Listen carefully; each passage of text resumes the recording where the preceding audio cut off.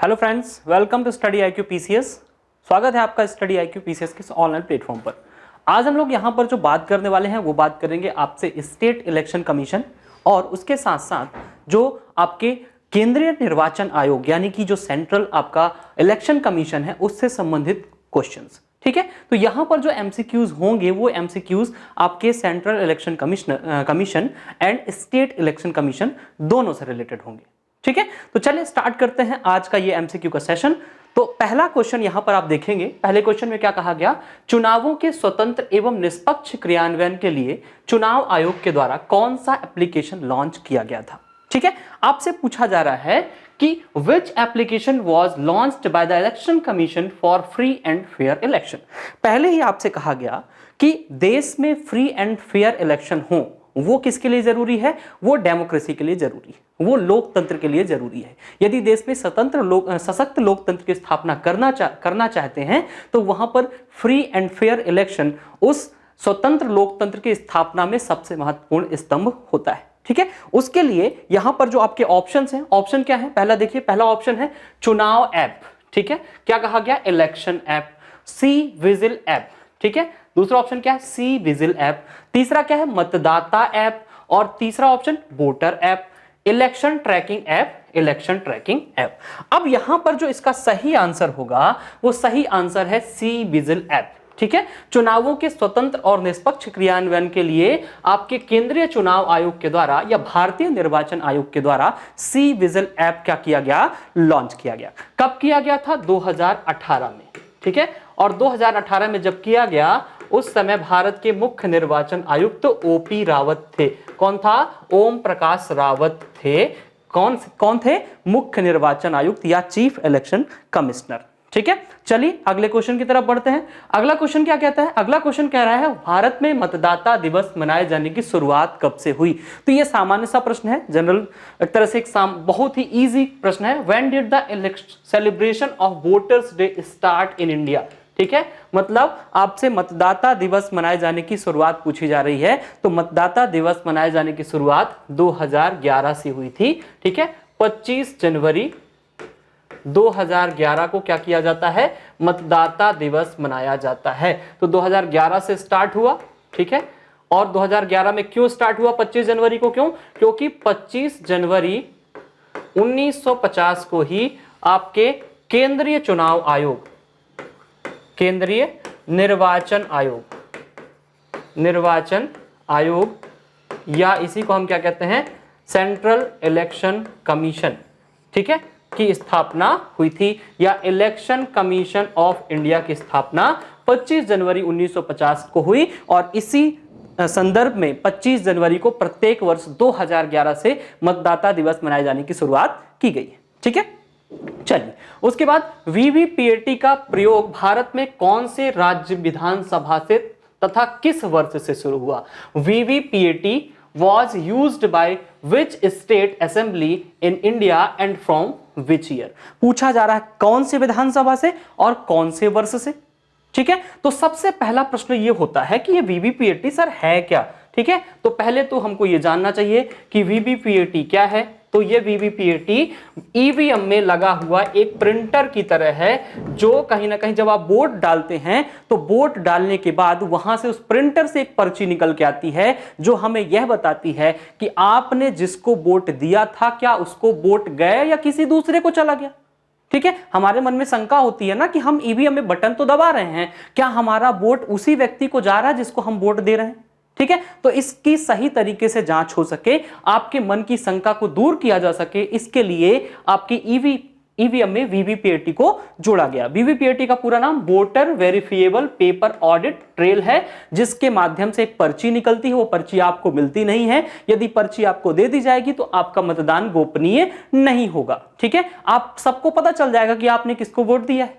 ठीक है, ऐसा पता नहीं लगना चाहिए। क्यों, क्योंकि जब आपके पास कोई वोट मांगने आता है तो आप कहते हैं हाँ भैया हम आपको देंगे। ठीक है, दूसरा है उसको भी कह देते हैं आपको भी देंगे। ठीक है, तीसरा आया उसको भी कह दिया आपको देंगे। लेकिन ऐसा होता थोड़ी है, आप तीनों को वोट थोड़ी दे सकते। वोट तो किसी एक को ही देंगे। ठीक है, तो वोट किसी एक को ही दें, लेकिन पता नहीं लगना चाहिए, मतदान गोपनीय होना चाहिए, मतदान जो वोटिंग होती है सीक्रेट होनी चाहिए। ठीक है। इसके लिए वो पर्ची वहीं पर आपको दिखेगी और वो पर्ची 7 सेकंड 10 सेकंड के बाद वो क्या होगी, तुरंत उस डब्बे में क्या होती है, अंदर चली जाती है। ठीक है। तो यहां पर वीवीपीएटी का प्रयोग जो शुरू हुआ वो शुरू हुआ नागालैंड से 2013 से।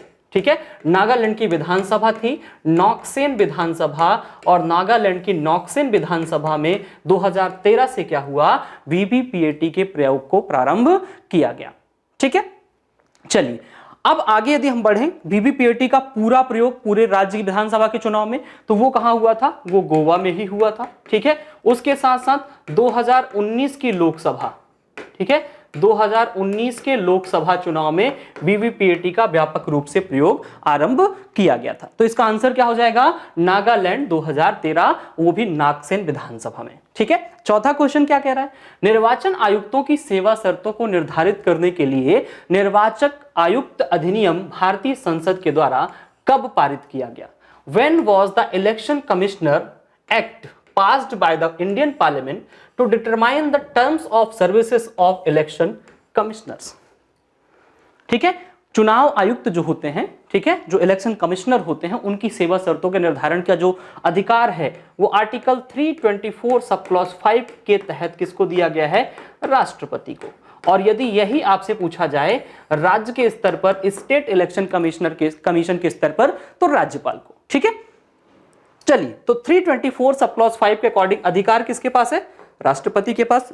लेकिन राष्ट्रपति के इस अधिकार को सही मायने में लाने के लिए, सही मायने में प्रदर्शित करने के लिए भारतीय संसद ने एक अधिनियम पारित किया, और वो अधिनियम पारित किया गया था सन 1991 में। सन 1991 में निर्वाचन आयुक्त अधिनियम पारित किया गया भारतीय संसद के द्वारा। तो इसका आंसर क्या हो जाएगा, ऑप्शन नंबर ए। ठीक है। निर्वाचन आयुक्त अधिनियम 1991 के तहत ही सेवा शर्तों का निर्धारण किया जाता है। उसी में यह बताया गया कि चीफ इलेक्शन कमिश्नर का जो पद होगा वो भारतीय सुप्रीम कोर्ट के न्यायाधीशों के समकक्ष होगा। उनका वेतन 2.5 लाख के आसपास होगा। उनके वेतन में किसी भी प्रकार का अलाभकारी परिवर्तन नहीं किया जाएगा।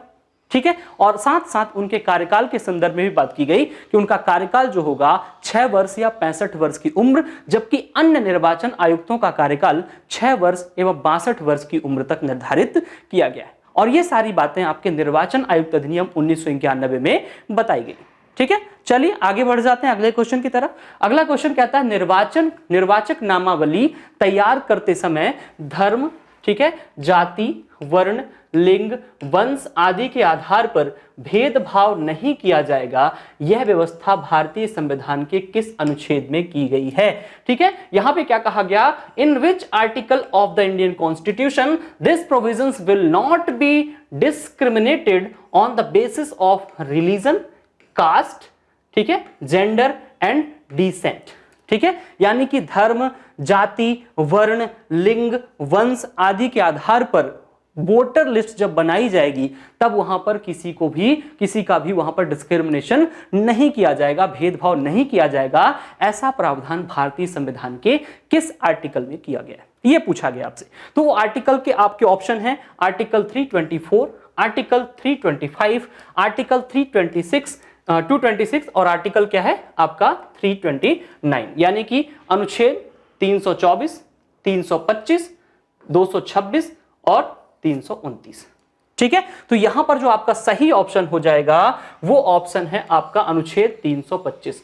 आपके भारतीय निर्वाचन आयोग की जो व्यवस्था है वो भारतीय संविधान के अनुच्छेद किसमें की गई है, भाग 15 में, और भाग 15 में अनुच्छेद 324 से लेकर 329 तक के आर्टिकल यहां पर रखे गए हैं। उनमें से एक आर्टिकल है आर्टिकल 325, जिसमें कहा गया कि जब भी निर्वाचन आयोग के द्वारा निर्वाचक नामावली यानी कि मतदाता सूची यानी कि वोटर लिस्ट जो बनाई जाएगी, उस वोटर लिस्ट में हर एक वो व्यक्ति जो 18 वर्ष की आयु पूर्ण कर चुका है उस व्यक्ति का नाम उस सूची में शामिल होगा।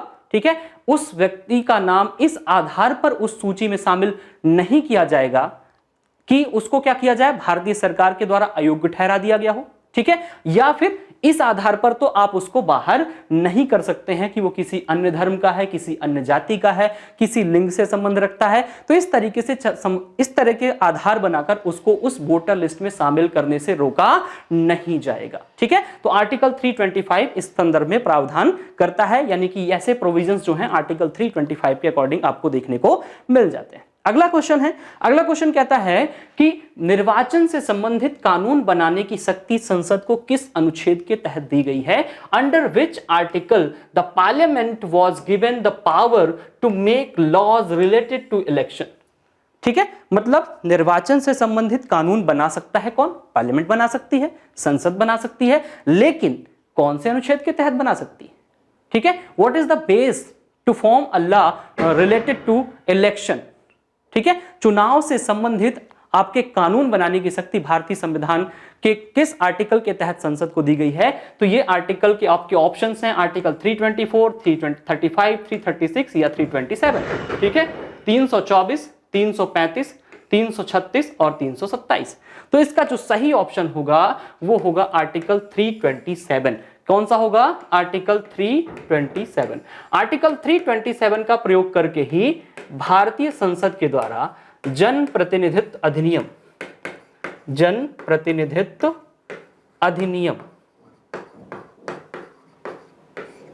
ठीक है, पीपल रिप्रेजेंटेशन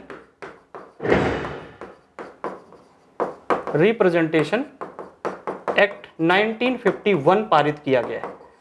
ठीक है, पारित किया गया है। किसको आधार बनाकर? अनुच्छेद 327 को आधार बनाकर। ठीक है,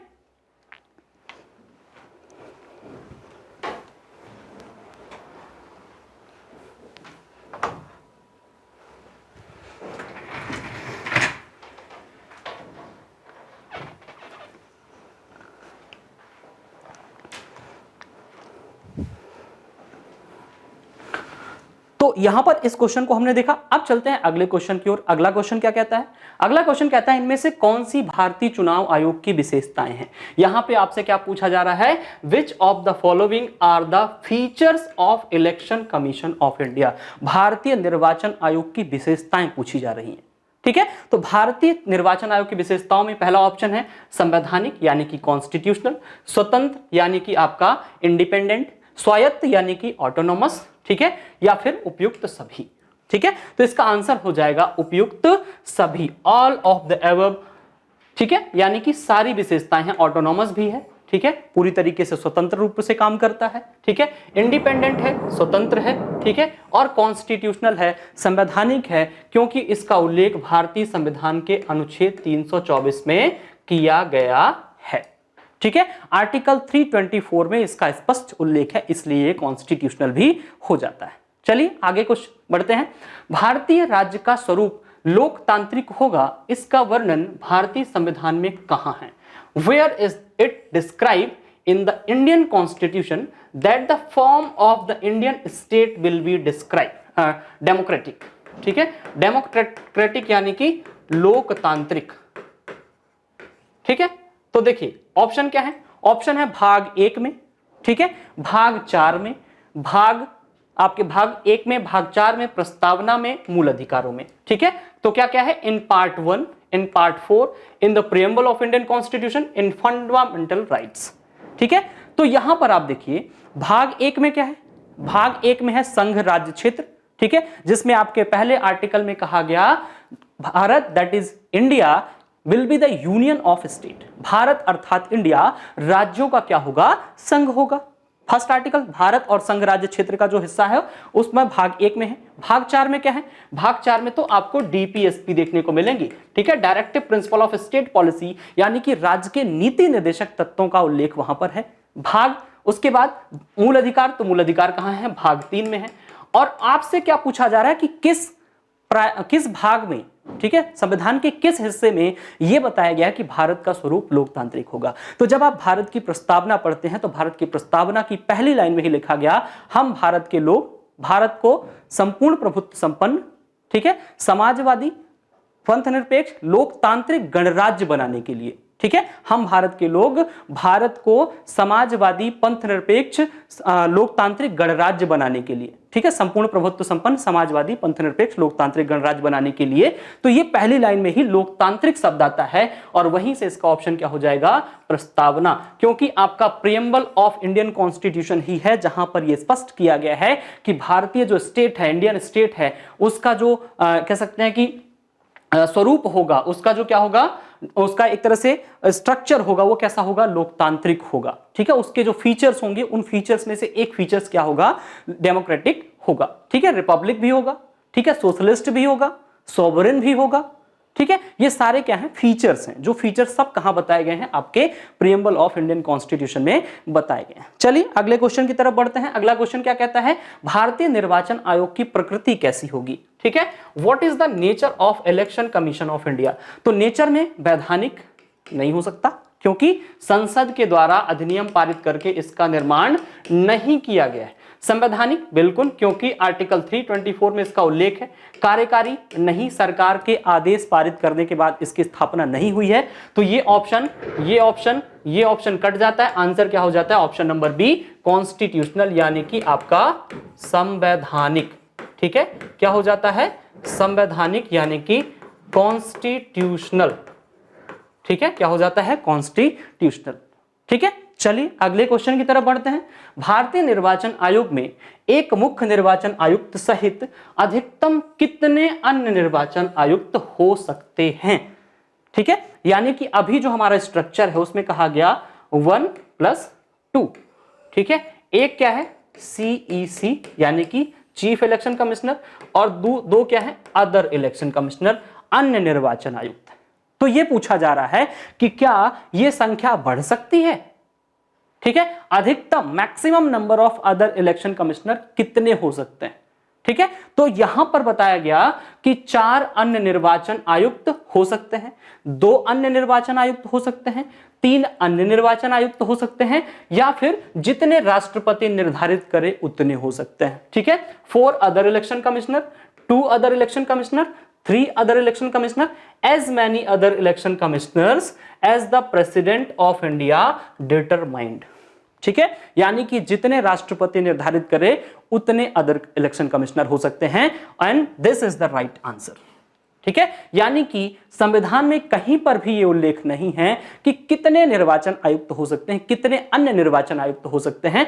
मुख्य निर्वाचन आयुक्त तो एक ही होगा, लेकिन अन्य कितने होंगे ये कहीं पर भी उल्लेखित नहीं है, ये कहीं भी डिस्क्राइब नहीं किया गया है। इसलिए राष्ट्रपति के पास यह अधिकार है कि इस number of other election commissioner के नंबर्स को क्या कर सकता है, इंक्रीज कर सकता है और डिक्रीज भी कर सकता है। ऐसा हुआ भी है, क्यों, क्योंकि 1989 तक तो एक ही हुआ करता था।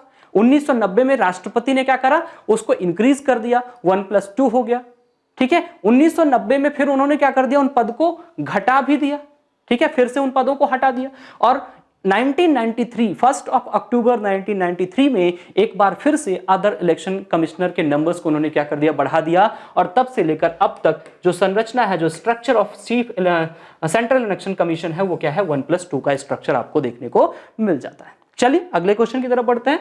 अगला क्वेश्चन क्या कहता है, भारत में आम चुनाव निम्नलिखित में से किस सिद्धांत पर आधारित होते हैं। General election in India are based on which of the following principle. किस सिद्धांत पर आधारित होते हैं, समान प्रतिनिधित्व पर, कार्यात्मक प्रतिनिधित्व पर, आनुपातिक प्रतिनिधित्व पर, या प्रादेशिक प्रतिनिधित्व पर। पहला ऑप्शन क्या है, इक्वल रिप्रेजेंटेशन पर, ठीक है, फंक्शनल डेलीगेशन पर, ठीक है, फंक्शनल रिप्रेजेंटेशन पर कह सकते हैं, फंक्शनल रिप्रेजेंटेशन, ठीक है। तीसरा क्या है, प्रोपोर्शनल रिप्रेजेंटेशन, या फिर रीजनल रिप्रेजेंटेशन। तो इसका जो ऑप्शन होगा, सही ऑप्शन होगा डी, रीजनल रिप्रेजेंटेशन। ऐसा क्यों, क्योंकि आप देखते हैं जो लोकसभा की सीटें हैं वो सभी राज्यों में क्या बराबर हैं, बिल्कुल नहीं है।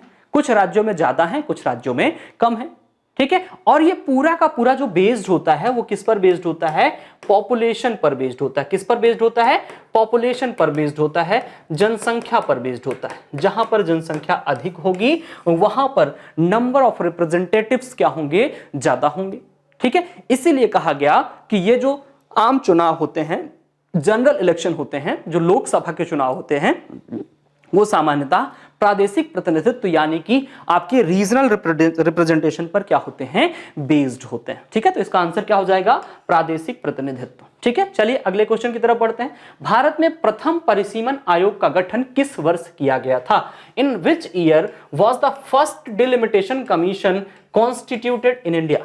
अब सबसे पहली चीज, परिसीमन आयोग है क्या?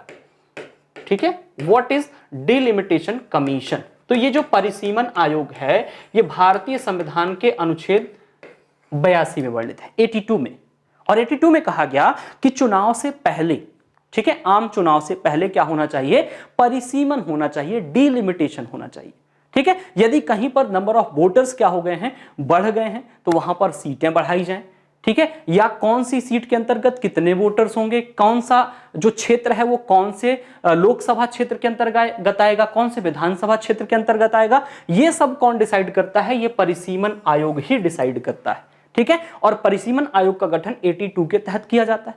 परिसीमन आयोग क्या करेगा, सीटों के आकार को निश्चित करेगा, size of Lok Sabha seat and Vidhan Sabha seat. ठीक है, उसके साथ साथ नंबर ऑफ वोटर्स, ठीक है, और उस सीट के आकार के साथ साथ नंबर ऑफ सीट, ठीक है, लोकसभा और विधानसभा में कितने सीट होंगी, इसका निर्धारण भी परिसीमन आयोग के द्वारा किया जाता है। यानी कि समय समय पर यदि लोकसभा और विधानसभा की सीट, राज्य विधानसभा, स्टेट लेजिस्लेटिव असेंबली की सीटों में परिवर्तन होता है, उसमें वृद्धि होती है, तो यह सामान्यतः किसके द्वारा, जनरली किसके द्वारा किया जाता है, बाय द डिलिमिटेशन कमीशन, परिसीमन आयोग। ठीक है, लेकिन क्या किया गया, 84th कॉन्स्टिट्यूशनल अमेंडमेंट के द्वारा, 84वें संविधान संशोधन के द्वारा सीटों की संख्या को स्थिर कर दिया गया। कब तक के लिए, 2026 तक के लिए। 2026 तक लोकसभा और विधानसभा में सीटों की संख्या में किसी प्रकार की वृद्धि नहीं हो सकती है। और ये जो आपका परिसीमन होता है वो परिसीमन बेस्ड होता है, based on the census of 1991। ठीक है, यानी कि अभी तक जो सीटें निर्धारित हैं वो 1991 की जनगणना के आधार पर ही क्या है, निर्धारित की गई हैं, और 2026 तक इस पे किसी प्रकार की वृद्धि नहीं होगी। और उसके बाद यदि होता है तो परिसीमन आयोग का गठन किया जाएगा, नए परिसीमन आयोग का गठन किया जाएगा, और हो सकता है कि सीटों की संख्या बढ़ा दी जाए। ठीक है, चलिए, तो यहां पे पूछा गया प्रथम परिसीमन आयोग, ऑप्शन क्या है, 1956, 1958, 1952, 1962। ठीक है, तो इसका जो सही ऑप्शन होगा वो होगा 1952।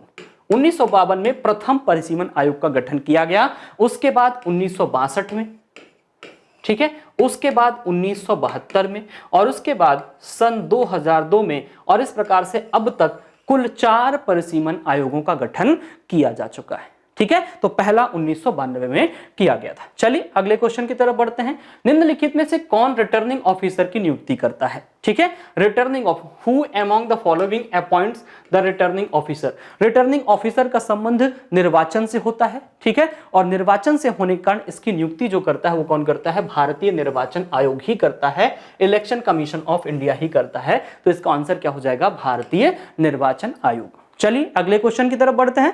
अगला क्वेश्चन क्या कहता है? कौन निम्नलिखित में से कौन मतदाताओं के पंजीयन के लिए उत्तरदायी है? ठीक है, who among the following is responsible for the registration of voter? ठीक है, क्योंकि हम यहां जानते हैं कि पहला जो निर्वाचन आयोग का कार्य ही है वो क्या है? मतदाता सूची तैयार करना। ठीक है, मतदाता सूची तैयार करना।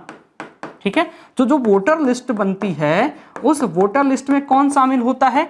18+ वाले लोग जो 18 वर्ष की आयु पूर्ण कर चुके हैं। क्यों? क्योंकि 61वें संविधान संशोधन के द्वारा जो हमारी एडल्ट सफरेज की एज है, वयस्क मताधिकार की एज है, उसको क्या कर दिया गया है? रिड्यूस कर दिया गया है 21 to 18। तो हर वो व्यक्ति जो 18 वर्ष की आयु पूर्ण कर चुका है वो क्या होगा? आपकी वोटर लिस्ट में शामिल होगा। कौन करेगा? आपका इलेक्शन कमीशन ऑफ इंडिया। इसलिए इसका जो ऑप्शन हो जाएगा वो हो जाएगा इलेक्शन कमीशन।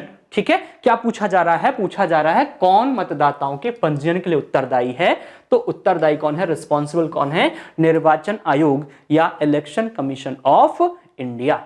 ठीक है, चलिए अगले क्वेश्चन की तरफ बढ़ते हैं। अगला क्वेश्चन क्या कह रहा है? निम्नलिखित में से कौन भारत के तीसरे मुख्य निर्वाचन आयुक्त हैं? ठीक है, क्या पूछा जा रहा है, कौन भारत के तीसरे मुख्य निर्वाचन आयुक्त हैं? तो तीसरे यदि पूछा जा रहा है तो तीसरे के संदर्भ में आप ये समझिए कि यहां पर ऑप्शन क्या है, सुकुमार सेन है, अचल कुमार ज्योति हैं, वी.एस. संपत हैं और एस.पी. सेन वर्मा हैं। ठीक है, वी.एस. संपत को यहां पर आप सही कर लीजिएगा, इनका नाम क्या था, वी.एस. संपत।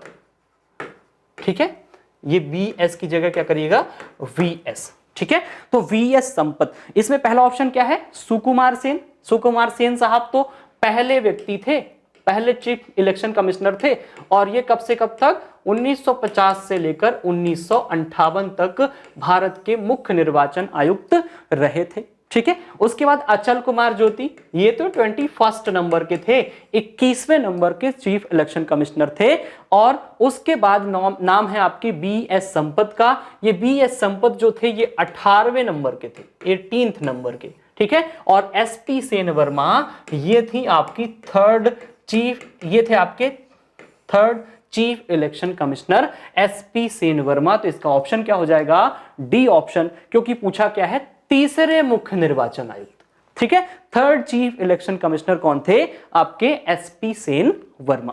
ठीक है, चलिए अब आ जाइए, निम्नलिखित में से किस मुख्य निर्वाचन आयुक्त ने पहली बार भारत में पिंक बूथ की शुरुआत की थी? ठीक है, पहली चीज पिंक बूथ क्या है, जहां पर समस्त निर्वाचन अधिकारी कौन होती हैं, महिलाएं होती हैं। जिस बूथ पर समस्त निर्वाचन अधिकारी जो इलेक्शन कराने के लिए, जो वोटिंग कराने के लिए वहां पर अधिकारी जाते हैं, वहां पर जो ऑफिसर्स जाते हैं, उन सारे ऑफिसर्स में सारे यदि लेडी ऑफिसर हैं तो ऐसे बूथ को हम क्या कहते हैं, पिंक बूथ कहते हैं।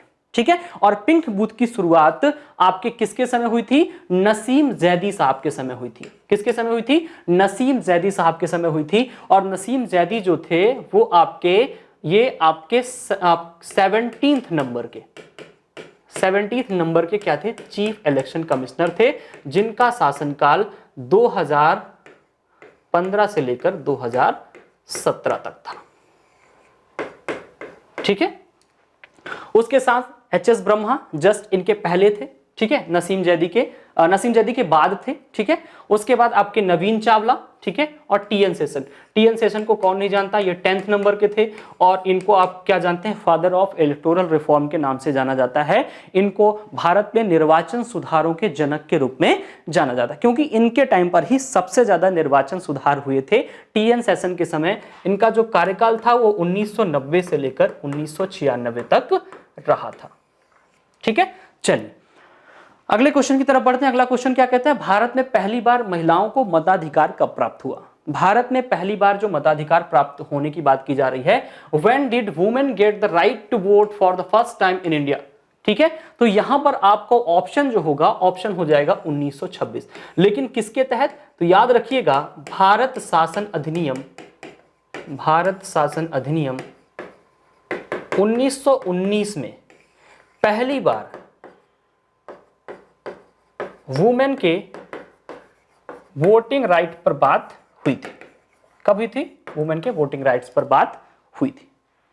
ठीक है, अब यहां पर आप समझिए कि आंसर क्या हो जाएगा, 1926। चलिए अगले क्वेश्चन की तरफ। निर्वाचन आयोग के सदस्यों की संख्या में वृद्धि या कमी करने की शक्ति किसके पास है? ठीक है, who has the power to increase और decrease the number of members of the election commissioner? यानी कि अभी जो संख्या 1+2 की है, इसको 1+4 या 1+1 कौन कर सकता है, या केवल 1 कौन कर सकता है?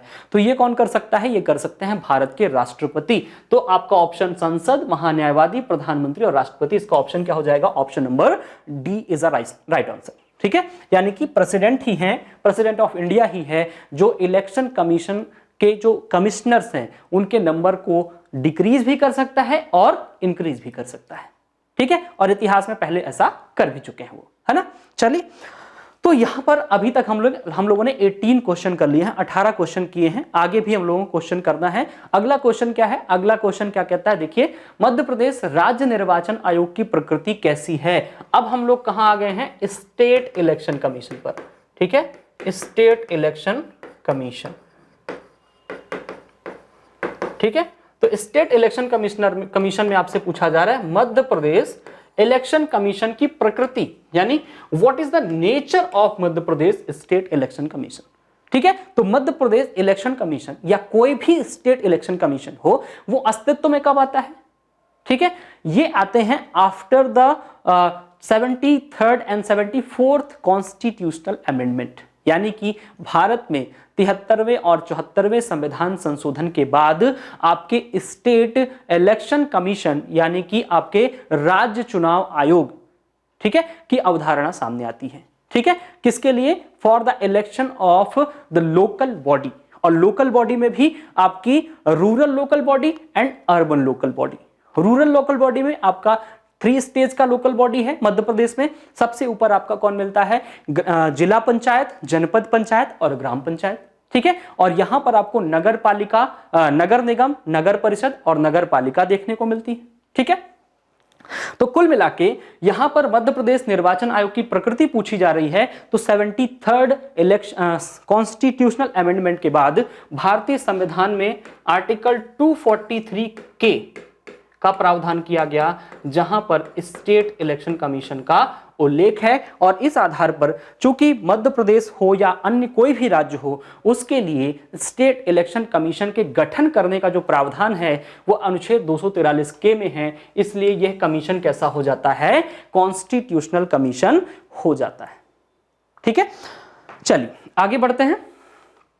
मध्य प्रदेश राज्य निर्वाचन आयोग की स्थापना कब की गई थी? मध्य प्रदेश स्टेट इलेक्शन कमीशन को कब एस्टैब्लिश किया गया था? When was the Madhya Pradesh state election commission established? ठीक है, तो इसका जो ऑप्शन है वो है 2 फरवरी 1994, 5 दिसंबर 1995, 1 जनवरी 1994 और 1 फरवरी 1994।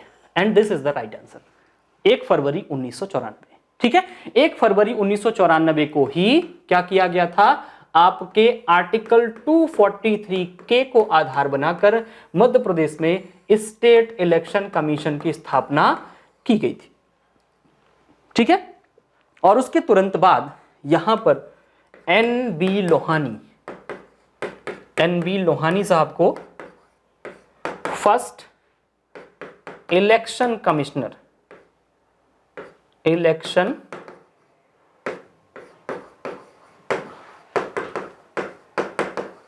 कमिश्नर ऑफ मध्य प्रदेश बना दिया गया था। ठीक है, एन.बी. लोहानी, है ना। ऑफिशियली देखा जाए तो 2 फरवरी 1994 को इन्होंने शपथ ग्रहण की थी। ठीक है, तो इस प्रकार से पहले निर्वाचन आयोग का गठन मध्य प्रदेश में 1 फरवरी 1994 के हुआ और एन.बी. लोहानी उसके पहले चीफ इलेक्शन कमिश्नर बनाए गए। चलिए आगे बढ़ जाते हैं। मध्य प्रदेश राज्य निर्वाचन आयोग के प्रथम आयुक्त कौन थे? देखिए अभी हम लोगों ने डिस्कस कर लिया है। ठीक है, तो इसका आंसर क्या हो जाएगा? एन.बी. लोहानी। और इनका कार्यकाल कब से था? 1994 से लेकर सन 2000 तक ये क्या रहे? कार्यरत रहे थे। ठीक है, यानी कि पूरा का पूरा 6 वर्ष इन्होंने क्या किया? इन्होंने अपना कार्यभार पूरा किया था, कार्यकाल पूरा किया था। ठीक है, चलिए अब यहां पे जो ऑप्शन है, ऑप्शन की भी चर्चा कर लेते हैं। सुकुमार सेन, ये आपके इलेक्शन कमीशन ऑफ इंडिया से रिलेटेड है, वो भी आपके फर्स्ट चीफ इलेक्शन कमिश्नर हैं। बसंत प्रताप सिंह, ये आपके करंट इलेक्शन कमिश्नर हैं, यानी कि वर्तमान निर्वाचन आयुक्त हैं मध्य प्रदेश राज्य निर्वाचन आयोग के। और अचल कुमार ज्योति, इनका भी संबंध कहां से है? इनका भी संबंध इलेक्शन कमीशन ऑफ इंडिया से है और ये 21st, ठीक है, यानी कि 21वें नंबर के क्या थे? 21वें नंबर के आपके निर्वाचन आयुक्त रहे थे आपके मध्य प्रदेश भारतीय निर्वाचन आयोग के। ठीक है, तो भारतीय निर्वाचन आयोग के यानी कि चीफ इलेक्शन कमिश्नर के रूप में काम किया था किसने? अचल कुमार ज्योति जी ने। ठीक है, चलिए अब अगले क्वेश्चन की तरफ आते हैं। अगला क्वेश्चन कह रहा है राज्य निर्वाचन आयोग के गठन का प्रावधान भारतीय संविधान के किस अनुच्छेद में किया गया है? ठीक है, तो राज्य निर्वाचन आयोग के गठन का प्रावधान भारतीय संविधान के किस अनुच्छेद में किया गया है, ये आपको यहां पर बताना है। ऑप्शंस क्या हैं? ऑप्शन है आर्टिकल 243 के, आर्टिकल 243 एल, आर्टिकल 243 जे, आर्टिकल 243 बी, यानी कि 243 बी, 243 जे, 243 एल, 243 के। ठीक है, तो यहां पर जो सही ऑप्शन है वो सही ऑप्शन हो जाता है आर्टिकल 343, आर्टिकल 243 के, आर्टिकल 243 के। ठीक है, अब यहां पर समझिए, जब 73वां संविधान संशोधन हुआ, 73वां संविधान संशोधन, ठीक है, तो 73वें संविधान संशोधन के बाद भारतीय संविधान में क्या जोड़ा गया? भाग 9 जोड़ा गया, ठीक है। और भाग 9 में क्या जोड़ा गया? भाग 9 में समझिए आपकी अनुसूची भी, एक भाग 9 के साथ साथ एक अनुसूची भी जोड़ी गई, और अनुसूची कौन से नंबर की थी? 11वें नंबर की, ठीक है। और इसी के संदर्भ में भारतीय संविधान में आर्टिकल 243 से लेकर ए से लेकर ओ तक के 16 आर्टिकल यहां पर क्या किए गए? जोड़े गए। और उन्हीं में से एक आर्टिकल था आर्टिकल 243 के, जहां पर राज्य निर्वाचन आयोग के गठन का प्रावधान किया गया था। राज्य निर्वाचन आयोग के गठन का प्रावधान किया गया, गठन का प्रावधान यानी कि provisions related to the formation of state election commissioner, वो कहां है? आपके आर्टिकल 243 के में, ठीक है। तो आर्टिकल 243 के और के अंदर भी हम बात करें तो के अंदर आपको के सब क्लॉज 1 मिलेगा, जहां पर के सब क्लॉज 1 में 243 के 1, ठीक है, इसमें आपको मिलता है निर्वाचन आयोग की नियुक्ति, निर्वाचन आयुक्त की नियुक्ति कि मध्य प्रदेश का स्टेट इलेक्शन कमिश्नर कौन होगा, उसकी नियुक्ति के संदर्भ में बात कहां की गई है? आर्टिकल 243 के 1 में, ठीक है। तो 243 के 1 में कहा गया कि मध्य प्रदेश या किसी भी राज्य के जो निर्वाचन आयुक्त होंगे उनकी नियुक्ति कौन करेगा? उनकी नियुक्ति गवर्नर करेगा, राज्यपाल करेगा, ठीक है। और उसके साथ साथ यहां पे मध्य प्रदेश राज्य निर्वाचन आयोग की संरचना के बारे में बात की गई, और यहां पर कहा गया कि जो राज्य निर्वाचन आयोग होगा वो कैसा होगा? एक सदस्यीय होगा, सिंगल मेंबर कमीशन होगा, ठीक है। तो 243 के 1 के अंतर्गत जो मध्य प्रदेश राज्य निर्वाचन आयुक्त हैं उनकी नियुक्ति राज्यपाल करेगा, और संरचना के संदर्भ में यदि हम बात करें तो संरचना कैसी होगी? सिंगल मेंबर कमीशन जैसी संरचना आपको यहां पर देखने को मिलेगी, ठीक है। उसके बाद यहीं पर आप देखिए 243 के 2, ठीक है। तो यहां पर क्या कहा गया? यहां पर कहा गया कि जो सेवा शर्तें होंगी, ठीक है, यानी कि टर्म्स ऑफ सर्विसेज जो होंगी, ठीक है, टर्म्स ऑफ सर्विसेज, ये कौन निर्धारित करेगा? राज्यपाल। और राज्यपाल की इस शक्ति का प्रयोग करके ही जो राज्य विधानमंडल है वो इस संदर्भ में कानून बनाएंगी, और उसी कानून के संदर्भ में आपके इलेक्शन कमिश्नर या स्टेट इलेक्शन कमिश्नर की सेवा शर्तों यानी कि टर्म्स ऑफ सर्विसेज का क्या किया जाएगा? निर्धारण किया जाएगा, ठीक है। उसके साथ साथ इसी में कहा गया 243 के 2 में ही कि इनके आपके जो सेवा शर्तें होंगी, टर्म्स ऑफ सर्विसेज होंगी, इसमें किसी भी प्रकार के निगेटिव चेंज नहीं किए जाएंगे, ठीक है। निगेटिव चेंज क्या किए जाएंगे? नहीं किए जाएंगे, अलाभकारी परिवर्तन नहीं किया जाएगा, ठीक है। तो कुल मिला के यहां पर 243 के 2 के संदर्भ में बात हो गई। 243 के 2 में ही कहा गया कि आपके जो चीफ इलेक्शन कमिश्नर होंगे या आपके इलेक्शन कमिश्नर होंगे स्टेट के, उनको आपके हाई कोर्ट के समान दर्जा प्राप्त होगा, हाई कोर्ट के न्यायाधीशों के समान दर्जा प्राप्त होगा। और उसके साथ ये भी कहा गया कि यदि ये त्यागपत्र देना चाहें, यदि ये इस्तीफा देना चाहें, रेजिग्नेशन देना चाहें, तो ये अपना रेजिग्नेशन राज्यपाल को सौंप सकते हैं, ठीक है। तो इस संदर्भ में हम लोगों ने बहुत सारी बातें की हैं जिससे जुड़े हुए क्वेश्चन आपको आगे देखने को मिलेंगे। यहां पर देखिए, किस संविधान संशोधन के बाद भारतीय राज्य में राज्य निर्वाचन आयोग के गठन का मार्ग प्रशस्त हुआ, ठीक है। तो याद रखिएगा, आपका ऑप्शन है 61वां संविधान संशोधन, 61st कॉन्स्टिट्यूशनल, ठीक है। उसके बाद 73rd, 74th, और फिर ऑप्शन है option D, both B and C, ठीक है। And this is the right answer, D option is the right answer, both B and C, ठीक है। यानी कि 73rd और 74th कॉन्स्टिट्यूशनल अमेंडमेंट के बाद ही राज्यों में स्टेट इलेक्शन कमीशन के कॉन्स्टिट्यूट करने का या गठन करने का मार्ग प्रशस्त हुआ था। यानी कि after the constitutional amendment of 73rd and 74th, ठीक है, उसके बाद ही क्या हुआ, हमारे यहां एक प्रावधान आया, एक प्रोविजंस आया, जिस प्रोविजंस के तहत हम क्या कर सकते थे? स्टेट इलेक्शन कमीशन का फॉर्मेशन कर सकते थे, ठीक है। चलिए अगले क्वेश्चन की तरफ बढ़ते हैं। राज्य निर्वाचन आयोग नगरीय निकायों के निर्वाचन का संचालन किस अनुच्छेद के तहत करता है? अंडर विच आर्टिकल, ठीक है, under which article the state election commission conduct the election of urban body, ठीक है। यानी कि पहले ही कहा गया कि लोकल बॉडी तो है, लेकिन लोकल बॉडी में दो बॉडी हैं, एक तो है आपकी रूरल बॉडी, ठीक है, और दूसरी क्या है, अर्बन बॉडी, ठीक है। तो रूरल और अर्बन यानी कि ग्रामीण और नगरीय या शहरी, ठीक है। तो यहां पर बात हो रही है नगरीय निकायों की, अर्बन बॉडीज की।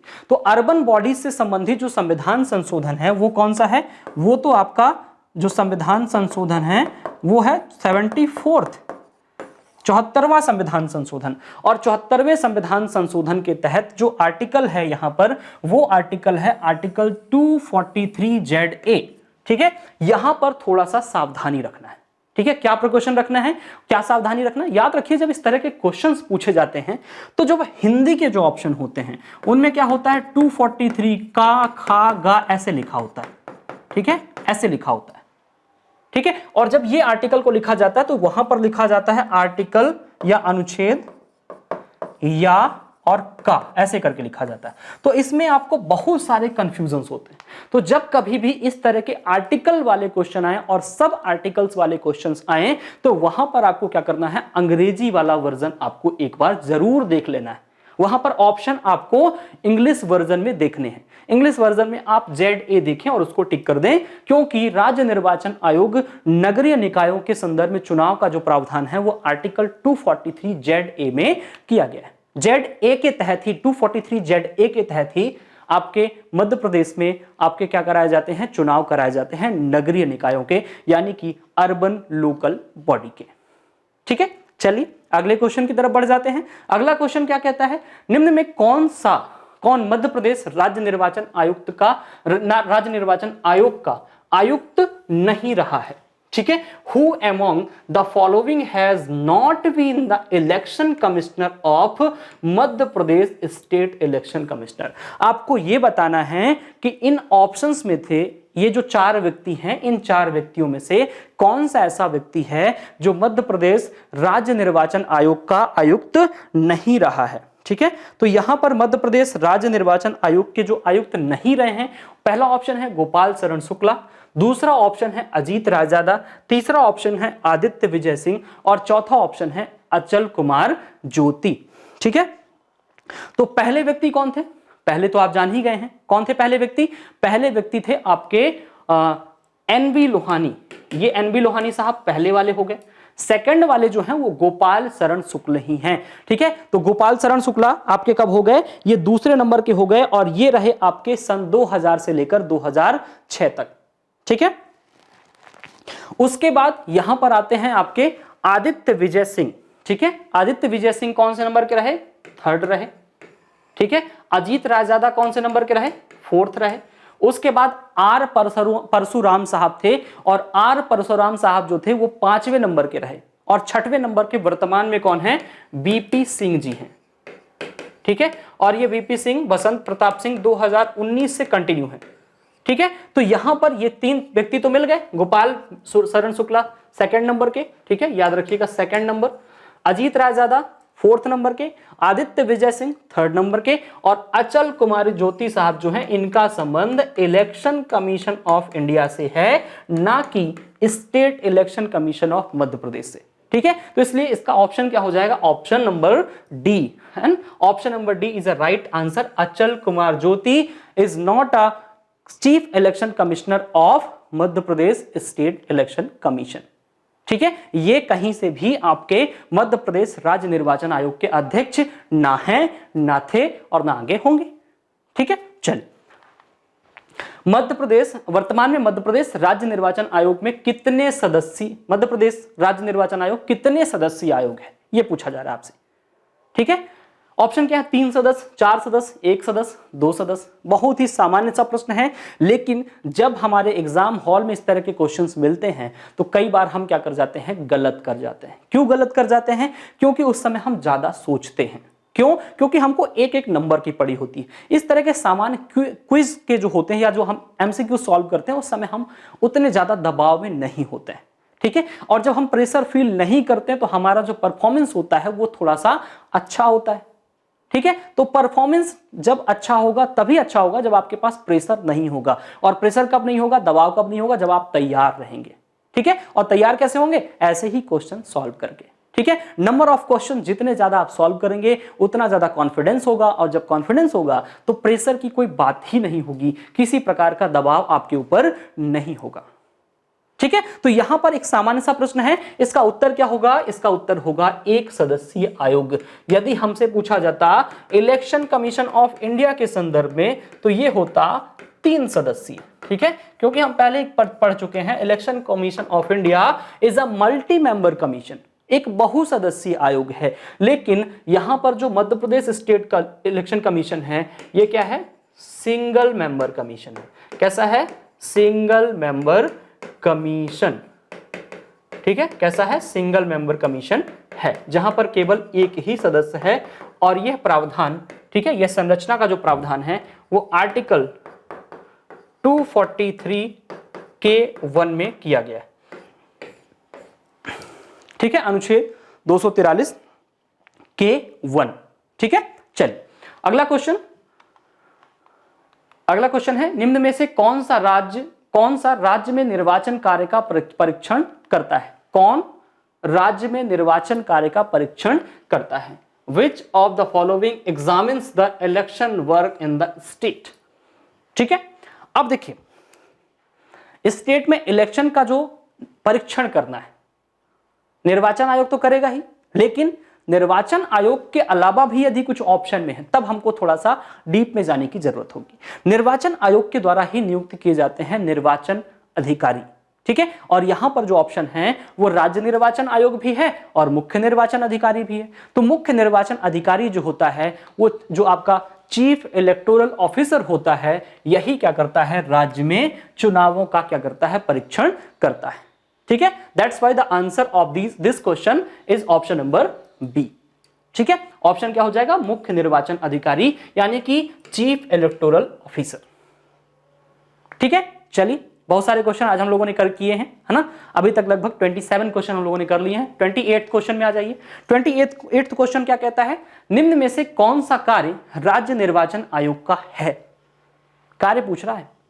ठीक है, किसका पूछ रहा है? स्टेट इलेक्शन कमीशन का। ठीक है, तो जो केंद्रीय स्तर पर हमारा इलेक्शन कमीशन ऑफ इंडिया कर रहा था वही काम कौन करेगा? वही काम राज्य के स्तर पर आपका स्टेट इलेक्शन कमीशन करेगा। ठीक है, तो स्टेट इलेक्शन कमीशन क्या करता है? निम्न में से कौन सा कार्य राज्य निर्वाचन आयोग का है? पहला है पंचायतों का निर्वाचन अंडर द आर्टिकल 243(k). ठीक है, नगरीय निकायों का निर्वाचन अंडर द आर्टिकल 243(ZA). दोनों ऑप्शन सही है, तो इसलिए ऑप्शन क्या हो जाएगा? Option number A and B. अब आप कहेंगे विधानमंडल का निर्वाचन, तो विधानमंडल के अंतर्गत यानी कि लेजिस्लेचर के अंतर्गत स्टेट लेजिस्लेटिव असेंबली और उसके साथ साथ स्टेट लेजिस्लेटिव काउंसिल यानी कि SLA और SLC दोनों होती हैं, और दोनों के निर्वाचन संबंधी जो कार्य हैं वो इलेक्शन कमीशन ऑफ इंडिया के द्वारा कराया जाता है। चाहे वो विधानसभा हो या फिर विधान परिषद हो, दोनों के चुनाव आपके भारतीय निर्वाचन आयोग के द्वारा कंडक्ट कराए जाते हैं। ठीक है, चलिए अगले क्वेश्चन पे आ जाइए। अगला क्वेश्चन क्या कहता है? मध्य प्रदेश के वर्तमान निर्वाचन आयुक्त कौन है?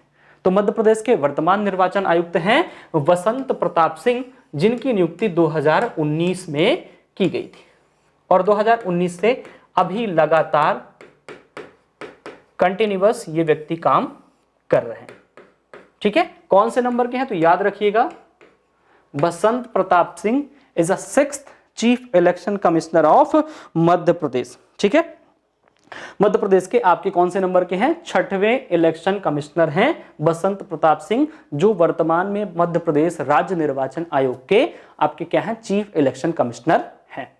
ठीक है, चलिए अब आ जाइए अगले क्वेश्चन पे। अगला क्वेश्चन क्या कहता है? मध्य प्रदेश राज्य निर्वाचन आयुक्त के सेवा शर्तों का निर्धारण किसके द्वारा किया जाता है? Who determined the terms of services of Madhya Pradesh state election commissioner? पहला ऑप्शन है राज्य विधानमंडल के द्वारा। ठीक है, दूसरा ऑप्शन क्या कहता है? दूसरा ऑप्शन कहता है आपसे राज्यपाल के द्वारा। तीसरा ऑप्शन क्या कहता है? मुख्यमंत्री के द्वारा। और चौथा ऑप्शन कहता है संविधान के द्वारा, बाय द स्टेट लेजिस्लेचर। ठीक है, by the governor of that state, by the chief minister by the constitution. ठीक है, तो यहां पर आप समझिए जो सेवा शर्तों का निर्धारण है वो किया जाता है राज्यपाल के द्वारा। ठीक है, किसके द्वारा किया जाता है? राज्यपाल के द्वारा। और राज्यपाल के द्वारा भी किस अनुच्छेद के तहत? आर्टिकल 243 के 2 के तहत क्या करता है? राज्यपाल यानी कि governor of that particular state determine the terms of services of the state election commissioner of that particular state। ठीक है, किसी भी राज्य के राज्य निर्वाचन आयोग के आयुक्त की सेवा शर्तों का निर्धारण उस राज्य के राज्यपाल के द्वारा आपके अनुच्छेद 243 के 2 के अकॉर्डिंग किया जाता है। और इसके लिए क्या करता है? इसके लिए राज्यपाल के इस अधिकार को लागू करने के लिए उस राज्य का राज्य विधानमंडल क्या कर सकता है? कानून बना सकता है। और राज्य विधानमंडल कानून बनाकर सेवा शर्तों को निर्धारित कर सकता है। अब याद रखिए यहां पे कि राज्य विधानमंडल कानून बना सकता है। तो राज्य विधानमंडल यदि कानून बना सकता है, ठीक है, तो राज्य विधानमंडल, हर राज्य में विधानमंडल है और हर राज्य विधानमंडल क्या करता है? अलग अलग कानून बना सकता है। और यदि वो अलग अलग कानून बना सकता है तो अलग अलग सेवा शर्तें अलग अलग राज्यों में हो सकती हैं। ठीक है, बिल्कुल हो सकती, क्यों नहीं हो सकती? ठीक है, तो यहां पर आप याद रखिए कि जो भी सेवा शर्तें मध्य प्रदेश में होंगी हो सकता है कि वो उत्तर प्रदेश में ना हो। ठीक है, चलिए अगले क्वेश्चन की तरफ बढ़ते हैं। मध्य प्रदेश राज्य निर्वाचन आयुक्त की टैगलाइन, ध्येय वाक्य क्या है? What is the tagline of Madhya Pradesh election commissioner? ध्येय वाक्य पूछ रहा है, टैगलाइन क्या है? पहला ऑप्शन, मेरा वोट कीमती वोट। ठीक है, माई वोट प्राइसलेस वोट। ठीक है, प्रीसियस वोट। ठीक है, मेरा वोट मेरा अधिकार, माई वोट माई राइट, हर वोट कीमती, हर निकाय महत्वपूर्ण, every vote priceless, every local body significant. और चौथा ऑप्शन है, हर मतदाता बने सशक्त एवं जागरूक, every voter should become empowered and aware. इसका जो ऑप्शन होगा option number C. Option number C is a right answer. हर वोट कीमती, हर निकाय महत्वपूर्ण, every vote priceless and every local body significant is a right answer, which is the tagline of State Election Commission of मध्य प्रदेश। ठीक है, मध्य प्रदेश का state election commission अपनी टैगलाइन में कहता है कि हर वोट कीमती है और हर निकाय महत्वपूर्ण है, क्योंकि निकाय तब है जब वोटर्स है। ठीक है, बिना वोटर्स के चुनाव होगा ही नहीं, और चुनाव नहीं होगा तो लोकतांत्रिक निकाय का कोई स्थान नहीं है। निकाय तब है जब वो लोकतांत्रिक हैं। क्यों? क्योंकि हमारे देश में लोकतांत्रिक व्यवस्था है। ठीक है, चलिए अगले क्वेश्चन की तरफ आ जाइए। मध्य प्रदेश राज्य निर्वाचन आयुक्त का कार्यकाल कितना होता है? ठीक है, अब यहां पर समझिए, सेवा शर्तों का निर्धारण अलग अलग राज्यों में अलग अलग प्रकार से हो सकता है। ठीक है, लेकिन जब हम कार्यकाल की बात करते हैं तो मध्य प्रदेश राज्य निर्वाचन आयुक्त का जो कार्यकाल है वो आपके, चूंकि सिंगल मेंबर कमीशन है, ठीक है, और सिंगल मेंबर कमीशन होने के कारण वही जो निर्वाचन आयुक्त है वही चीफ इलेक्शन कमिश्नर है आपके उस पर्टिकुलर स्टेट इलेक्शन कमीशन का। ठीक है, इसलिए उसका कार्यकाल जो होता है वो इलेक्शन कमीशन ऑफ इंडिया के चीफ इलेक्शन कमिश्नर की तरह ही 6 वर्ष या 65 वर्ष की उम्र तक हो सकता है। ठीक है, या कि तो वो लगातार 6 वर्ष तक कार्य करे या फिर कम से कम 65 वर्ष की आयु तक कार्य करे। ठीक है, और 65 वर्ष की आयु यदि उसके 6 वर्ष के कार्यकाल के पहले हो गई तो भी उसको क्या करना होगा? पद छोड़ना होगा। ठीक है, तो यहां पर आपको याद रखना है, the tenure of the state election commissioner will be the 6 year or up to the 65 years age। ठीक है, which is prior, जो पहले होगा वहीं तक उसका कार्यकाल माना जाएगा। ठीक है, चलिए आगे बढ़ जाते हैं। आगे यहां पर बताया गया अगला क्वेश्चन, राज्य निर्वाचन आयुक्त की नियुक्ति किसके द्वारा की जाती है? नियुक्ति के संदर्भ में जो प्रावधान है वो आर्टिकल 243 के 1 में प्रावधान है। किसमें? के 1 में। और के 1 में कहा गया है नियुक्ति किसके द्वारा होगी? राज्यपाल के द्वारा होगी। ठीक है, गवर्नर अपॉइंट करेंगे किसको? स्टेट इलेक्शन कमिश्नर को। तो आपका ऑप्शन हो जाएगा बाय द गवर्नर, राज्यपाल के द्वारा। ठीक है, तो राज्यपाल ही क्या करेंगे? स्टेट इलेक्शन कमिश्नर को अपॉइंट करेंगे। ठीक है, चलिए आगे आ जाइए। 34वां नंबर क्वेश्चन क्या कहता है? विधानसभा और विधान परिषद के लिए चुनाव की अधिसूचना इनमें से किसके द्वारा जारी की जाती है? ठीक है, आपसे पूछा जा रहा है notification related to the election of state legislative assembly and state legislative council कौन जारी करता है? ठीक है, तो यहां पर नोटिफिकेशन रिलीज करने की बात पूछी जा रही है कि who release the notification related to the election of state legislative assembly and state legislative council. ठीक है, ऑप्शंस क्या हैं? ऑप्शन है राज्य निर्वाचन आयोग, ठीक है, स्टेट इलेक्शन कमीशन, मुख्यमंत्री यानी कि चीफ मिनिस्टर, आपका गवर्नर या फिर राष्ट्रपति। तो जब हम बात करते हैं विधानसभा और विधान परिषद की, ऐसे संदर्भ में जो चुनाव के नोटिफिकेशन की बात है वो राज्यपाल के द्वारा जारी किए जाते हैं। ठीक है, और ये होता है आपके जनप्रतिनिधित्व अधिनियम के तहत, है ना। और उसके साथ साथ याद रखिएगा ये जो आपका राष्ट्रपति का चुनाव है प्लस उपराष्ट्रपति का चुनाव है या आपका संसद का चुनाव है, इनके संदर्भ में जो नोटिफिकेशन जारी किया जाता है वो राष्ट्रपति के द्वारा जारी किया जाता है। ठीक है, याद रखिएगा। तो इसका ऑप्शन क्या हो जाएगा? क्वेश्चन नंबर 34 का ऑप्शन हो जाएगा गवर्नर। ठीक है, चलिए आगे आ जाइए। आगे क्या करना है? मध्य प्रदेश में राज्य निर्वाचन आयोग के गठन के बाद अब तक कुल कितने पंचायती चुनाव हो चुके हैं? ठीक है, क्या पूछा जा रहा है? After the formation of the state election commission in Madhya Pradesh how many panchayat elections have been held so far? अब तक कुल कितने पंचायतों के चुनाव हो चुके हैं?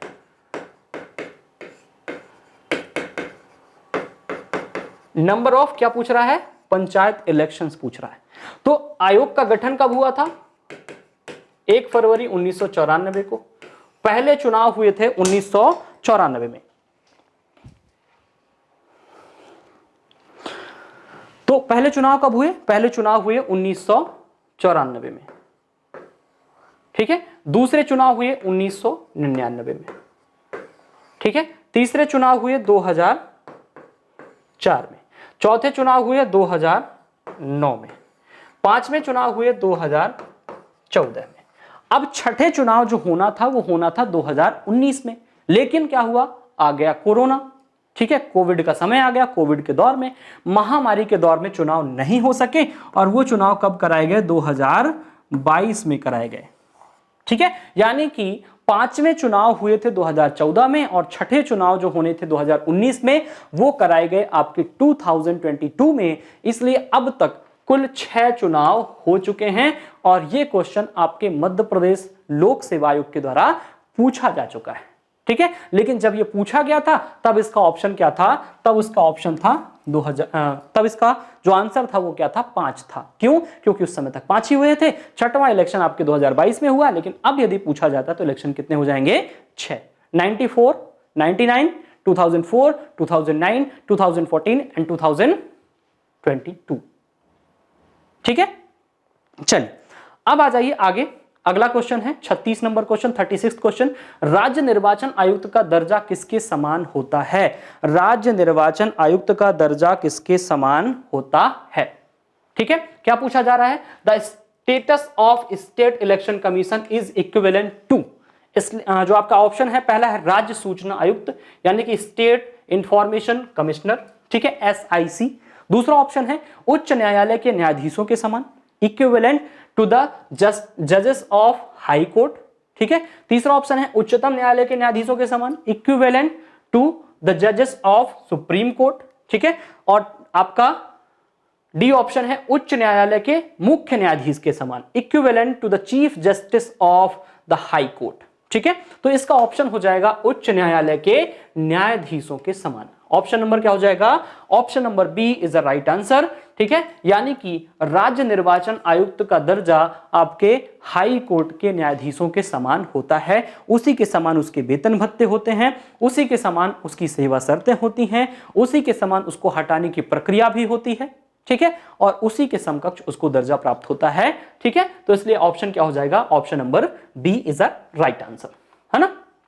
चलिए 37 आ जाइए। 37 क्वेश्चन क्या कह रहा है? 37 क्वेश्चन कह रहा है राज्य निर्वाचन आयुक्त की पदावधि एवं सेवा शर्तों का निर्धारण किसके द्वारा किया जाता है? ठीक है, क्या कहा जा रहा है? राज्य निर्वाचन आयुक्त की पदावधि एवं सेवा शर्तों का निर्धारण किसके द्वारा किया जाता है? ठीक है, तो जब राज्य के संदर्भ में बात होगी तो बात हो जाएगी कहां? आपके राज्यपाल के द्वारा। ठीक है, और जब आपके इलेक्शन कमीशन ऑफ इंडिया के बारे में बात होगी तो क्या हो जाएगा? राष्ट्रपति हो जाएगा। ठीक है, याद रखिएगा, राष्ट्रपति, इलेक्शन कमीशन ऑफ इंडिया और राज्यपाल यानी कि गवर्नर। गवर्नर कहां? State election commission. बहुत ही आसान है। यदि हम क्या करें, यदि हम कुछ सीक्वेंस में पढ़ते हैं, एक क्रम से पढ़ते हैं, चीजों को समझ कर पढ़ते हैं, एक दूसरे से जोड़ कर पढ़ते हैं, तो बहुत सारी चीजें क्या होती हैं? आसान हो जाती हैं। ठीक है, तो नियुक्ति कौन करता है? राज्यपाल करता है। सेवा शर्तों का निर्धारण कौन करता है? राज्यपाल करता है। ठीक है, उसके साथ साथ आपके कार्यकाल का निर्धारण और सेवा शर्तों का निर्धारण कौन करता है? राज्यपाल करता है। और राज्यपाल इसके लिए क्या करते हैं? राज्य विधानमंडल के सहयोग से एक अधिनियम पारित करवा लेते हैं और उसके तहत ही क्या होते हैं? पूरी विधियां संचालित होती हैं। त्यागपत्र की बात आए तो त्यागपत्र भी चीफ इलेक्शन कमिश्नर जो होगा स्टेट का, वो किसको देगा? वो राज्यपाल को देगा। ठीक है, तो राज्यपाल से जुड़ी हुई चीजें यहां पर आपको देखने को मिलती। अब यहां पे पूछा गया मध्य प्रदेश निर्वाचन आयोग के प्रथम सचिव कौन थे?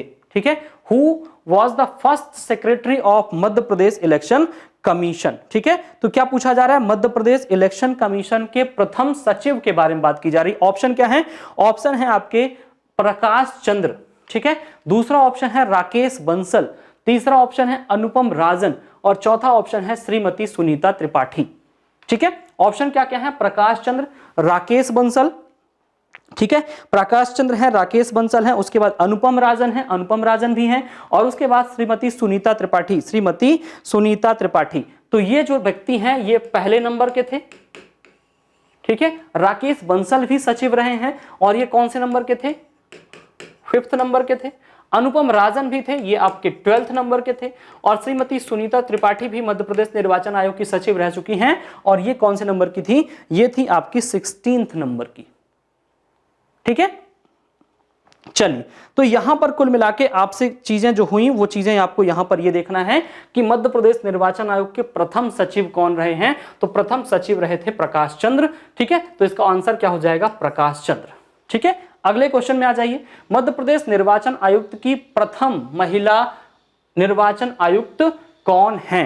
ठीक है, मध्य प्रदेश निर्वाचन आयुक्त की प्रथम महिला निर्वाचन आयुक्त यहां पर कौन है, इसके बारे में आपको बताना है। पहला ऑप्शन क्या है? श्रीमती सुनीता त्रिपाठी, दूसरा नाम है श्रीमती रजनी उइके, तीसरा नाम है श्रीमती उर्मिला मिश्रा और डी ऑप्शन है इनमें से कोई नहीं। ठीक है, क्या पूछा जा रहा है? Who is the first women election commissioner of Madhya Pradesh election commission.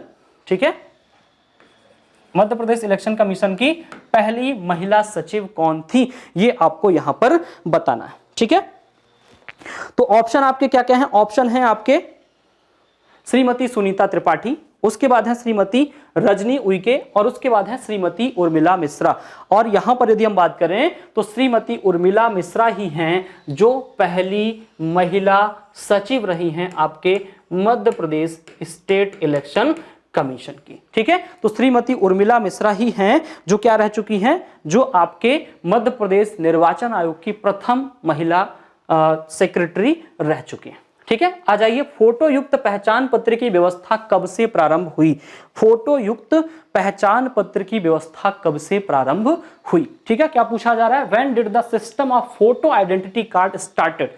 जो आपको मतदाता पहचान पत्र मिलता है उस मतदाता पहचान पत्र में फोटो कब से प्रारंभ हुई, ये आपसे पूछा जा रहा है। ठीक है, तो याद रखिए हमने पीछे डिस्कस भी किया है 1990 में एक समिति गठित हुई थी। ठीक है, उस समिति का नाम क्या था? दिनेश गोस्वामी समिति। दिनेश गोस्वामी समिति। और दिनेश गोस्वामी समिति ने कहा था कि क्या होना चाहिए? फोटो युक्त मतदाता परिचय पत्र। परिचय पत्र। ठीक है, यानी कि फोटो आइडेंटिटी कार्ड ठीक है, फोटो युक्त वोटर आईडी कार्ड होना चाहिए। ये किसने कहा था? दिनेश गोस्वामी समिति ने। कब कहा था? 1990 में समिति जब इनकी गठित हुई थी तब। और इस समय जो आपके चीफ इलेक्शन कमिश्नर थे भारत के, वो कौन थे? वो थे आपके टी.एन. सेशन साहब। और टी.एन. सेशन साहब के शासनकाल में ही, इनका शासनकाल जो था 1993 से लेकर 1990 से लेकर 1996 तक ये रहे। और इनके बीच में ही 1993 में ही भारत में फोटो युक्त पहचान पत्र की शुरुआत हो गई थी। ठीक है, तो इसका आंसर क्या हो जाएगा? 1993। ठीक है, 1993 से ही फोटो युक्त पहचान पत्र की व्यवस्था क्या हुई थी? आरंभ हो चुकी थी। ठीक है, तो फोटो युक्त पहचान पत्र 1993 टी.एन. सेशन के शासनकाल में किस समिति ने सिफारिश की थी? दिनेश गोस्वामी समिति ने। कब की थी? 1990 में। ये सारी चीजें भी हम लोगों ने यहां से निकाल ली। अब चलिए 41वां नंबर क्वेश्चन, विश्व के किस देश ने महिलाओं को सर्वप्रथम वोट देने का अधिकार प्राप्त हुआ था? Which country of the world did women first get the right to vote? किस देश की महिलाओं को सर्वप्रथम वोटिंग राइट प्राप्त हुआ था? तो विश्व में सर्वप्रथम जो वोटिंग राइट प्राप्त हुआ, वो प्राप्त हुआ था आपके न्यूजीलैंड को। ठीक है, न्यूजीलैंड को कब प्राप्त हुआ? यह हुआ था आपके 1893 में। 1893 में New Zealand was the first country to provide the voting right to womens. ठीक है, यानी कि वुमेन को सबसे पहले वोटिंग राइट देने वाला जो देश है वो कौन सा था? न्यूजीलैंड। अब बात आ जाती है ऑस्ट्रेलिया में कब मिला? तो ऑस्ट्रेलिया में 1894 में मिला था वोटिंग राइट महिलाओं को। भारत में आप जानते हैं 1926 में। ठीक है, according to the Indian governance act 1919 के भारत शासन अधिनियम के तहत 1926 में भारतीय महिलाओं को वोटिंग राइट दिया गया था। उसके बाद अमेरिका में वोटिंग राइट जो महिलाओं को मिला, ये मिला 1920 में। ठीक है, तो इस प्रकार से चारों देशों में महिलाओं को वोटिंग राइट कब मिले, ये भी हम लोगों ने यहां पर डिस्कस कर लिया। अगले क्वेश्चन की तरफ बढ़ते हैं। अगला क्वेश्चन क्या कहता है? राज्य निर्वाचन आयुक्त को उसके पद से रिक्त किस प्रकार से हटाया जा सकता है? ठीक है, how can the state election commissioner be removed from his post? ठीक है, कोई व्यक्ति स्टेट इलेक्शन कमिश्नर है, राज्य निर्वाचन आयुक्त है, उसको उसके पोस्ट से कब हटाया जाएगा, किस प्रकार से हटाया जाएगा? देखिए, जब हम कार्यकाल की बात करते हैं, ठीक है, जब हम किसकी बात करते हैं? टेन्योर की बात करते हैं, तो वो टेन्योर कितना है? 6 वर्ष या 65 वर्ष की उम्र तक। लेकिन इसके पहले भी तो हटाया जा सकता है, बिल्कुल हटाया जा सकता है। कैसे? एक तो वो खुद हट जाए, त्यागपत्र। अब ऐसा नहीं कि जबरदस्ती किसी से फोर्सफुली नहीं कहोगे नहीं तुम 6 वर्ष काम करो, नहीं तुम नहीं जा सकते, बिल्कुल जा सकते हो, त्यागपत्र दीजिए। स्वैच्छिक आप क्या कर सकते हैं? पद को छोड़ सकते हैं, आपके ऊपर प्रेशर नहीं होता है। तो पहली चीज क्या है? त्यागपत्र देकर। दूसरा क्या हो जाए? अब किसी व्यक्ति की मृत्यु हो जाए, डेथ हो जाए। ठीक है, तीसरा क्या कर दिया जाए? उसको हटा दिया जाए। तो कैसे हटाया जाता है? वो हटाने का जो संदर्भ है, वो हटाने का संदर्भ आपके आर्टिकल 243 के 2 में बताया गया कि आप कैसे हटा सकते हैं। जैसे आप हाई कोर्ट के न्यायाधीशों को हटाते हैं, हाई कोर्ट के न्यायाधीशों को जैसे हटाते हैं, न्यायाधीशों को हटाने की प्रक्रिया के समान, प्रक्रिया के समान। ठीक है, हाई कोर्ट में न्यायाधीशों की जो प्रक्रिया, उनको हटाने की जो प्रक्रिया होती है, उसके तहत ही इनको भी क्या किया जा सकता है? हटाया जा सकता है। और यह प्रक्रिया वही प्रक्रिया है जिसके तहत सुप्रीम कोर्ट के न्यायाधीशों को हटाया जाता है, which is given in the article of 124 sub clause 4। 124 sub clause 4 में, 124 सब क्लॉज 4 में हाई कोर्ट और सुप्रीम कोर्ट के न्यायाधीशों को हटाने की प्रक्रिया का वर्णन किया गया है, जहां पर दोनों सदनों के विशेष बहुमत से पारित प्रस्ताव के माध्यम से ही इनको इनके पद से हटाया जा सकता है। ठीक है, और इनके जो वेतन भत्ते होते हैं वो सब भारत की संचित निधि पर बेस्ड होते हैं। ठीक है, जो आपके हाई कोर्ट और सुप्रीम कोर्ट के न्यायाधीश होते हैं। ठीक है, चलिए, तो इनके पदों पर भी, इनके पद पर इनको हटाने का दबाव नहीं होता। ठीक है, और उसके साथ साथ इनके सेवा शर्तों पर किसी प्रकार का अलाभकारी परिवर्तन, नेगेटिव चेंज नहीं होते हैं। ठीक है, क्यों नहीं होते? क्योंकि उनके जो वेतन भत्ते होते हैं वो संचित निधि पर आधारित होते हैं, ठीक है, चार्ज्ड ऑन कंसोलिडेटेड फंड, है ना। चलिए अब यहां पर आ जाइए, अगला क्वेश्चन, निर्वाचन आयोग के सदस्यों की संख्या को बढ़ाने एवं कम करने की शक्ति किसके पास होती है? Who has the power to increase and decrease the number of members of the election commissioner, और ये किसके पास होती है? यदि निर्वाचन आयोग इलेक्शन कमीशन ऑफ इंडिया के संदर्भ में पूछा जा रहा है तो राष्ट्रपति, ठीक है, और यदि स्टेट इलेक्शन कमिश्नर के संदर्भ में पूछा जा रहा है, कमीशन के संदर्भ में पूछा जा रहा है तो राज्यपाल। लेकिन आप यहां पर देख रहे हैं ऑप्शन में राज्यपाल जैसी कोई चीज नहीं है, इसलिए आप साफ साफ समझ सकते हैं कि ये किसके लिए पूछा जा रहा है, ये केंद्रीय निर्वाचन आयोग के संदर्भ में पूछा जा रहा है, सेंट्रल इलेक्शन कमीशन के संदर्भ में पूछा जा रहा है, इसलिए आंसर हो जाएगा क्या? राष्ट्रपति, ठीक है। तो इस प्रकार से हम लोगों ने यहां पर आज इन क्वेश्चंस को क्या किया है? सॉल्व किया है। सारे एमसीक्यूज में एक ऐसे एमसीक्यूज हैं जो प्रॉपर थोड़ा सा इजी भी हैं, और ऐसे ही प्रश्न मध्य प्रदेश राज्य लोक सेवा आयोग के द्वारा पूछे जाते हैं, ठीक है, जहां पर सामान्यतः बहुत ज्यादा कह सकते हैं कि टफ नहीं होते, लेकिन वहां पर कंफ्यूजन होता है। क्यों? क्योंकि जो ऑप्शंस होते हैं वो सिमिलर होते हैं, एक दूसरे से मिलते जुलते हुए होते हैं, ठीक है। तो आज के इस एमसीक्यू सेशन में इतना ही, हम लोग अगले एमसीक्यू सेशन में मिलते हैं, तब तक के लिए धन्यवाद, जय हिंद।